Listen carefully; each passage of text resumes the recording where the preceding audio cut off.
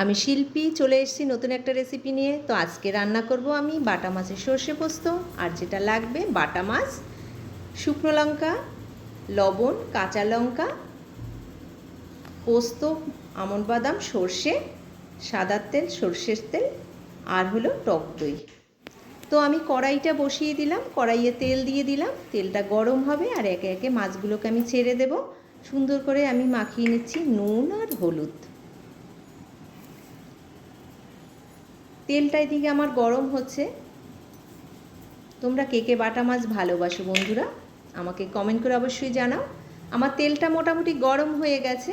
এবারে আমি একে একে ছেড়ে দেব আমার বাটা মাছ। তো বাটা মাছ আমি ছেড়ে দিচ্ছি, ভালো করে ফ্রাই করে নিচ্ছি তেলে। বাটা মাছগুলো আমি ফ্রাই করছি, দেখো একটু লাল লাল করে ভেজে নিতে হবে। সাথে তোমরা একটু অবশ্যই যদি পারো একটু ময়দা মাখিয়ে নিয়ে, তাহলে মাছগুলো ভালোভাবে উঠে যাবে, কোনো অসুবিধা হবে না। তো আমার মাছ প্রায় ভাজা শেষ হয়ে যাচ্ছে।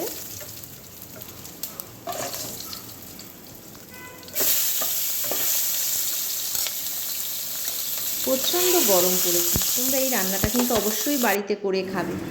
এবারে আমি দিয়ে দেব সর্ষে, পোস্ত, কাঁচা লঙ্কা বাটা।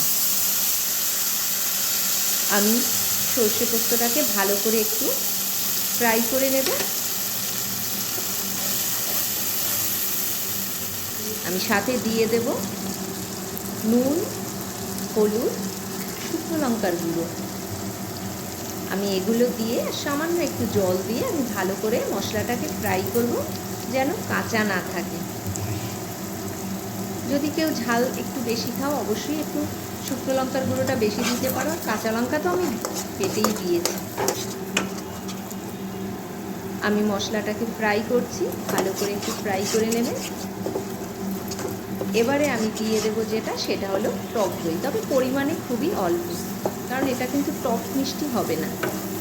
তো আমি অল্প দিচ্ছি টক দই, আর একটু সামান্য লবণটা দেখে নিচ্ছি। হ্যাঁ, এবারে আমি টক দইটা দিয়ে দিলাম। দেখো আমার মশলাটা কিন্তু ভালো করে ফ্রাই করা হয়ে গেছে। এবারেই আমি টক দইটা দিলাম।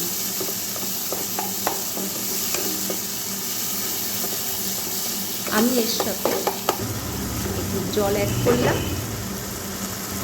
এবারে আমি দিয়ে দেবো আস্তে আস্তে মাছগুলো। আমার মশলাটা কিন্তু কষানো হয়ে গেছে। দেখো বন্ধুরা কীভাবে তেল ছেড়ে দিচ্ছে। এবারে কিন্তু আমি মাছটাকে দিয়ে দেবো। আর মাছটা দিয়ে কিন্তু বেশি জল দেয়া যাবে না, তাহলে মাছটা অনেকটাই নরম হয়ে যাবে। মাছটা একেবারেই মাখামাখি হবে। তোমরা কিন্তু বাড়িতে কিন্তু অবশ্যই করে খাবে, মাছটা খেতে খুব ভালো লাগবে।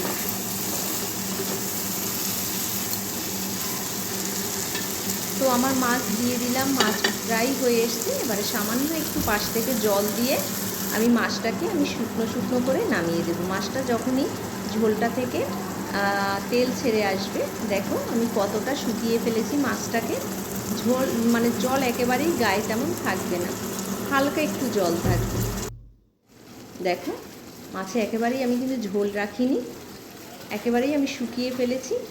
মাছটা থেকে যখনই তেলটা ছেড়ে দিচ্ছে, তখনই কিন্তু আমার এই রান্নাটা হয়ে যাচ্ছে। আমার রান্না শেষ বন্ধুরা।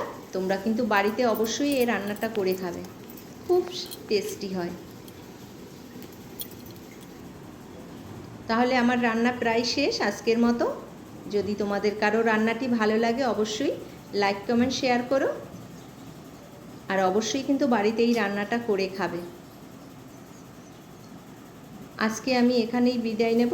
আবার দেখা হবে অন্য কোনো রেসিপিতে, অন্য কোনো দিনে। তাহলে বন্ধুরা তোমরা সবাই ভালো থেকো, সুস্থ থেকো। আমি তাহলে বিদায় নিচ্ছি আজকের মতো। আমি শিল্পী। সবাইকে টাটা, বাই বাই। সবাই ভালো থেকো।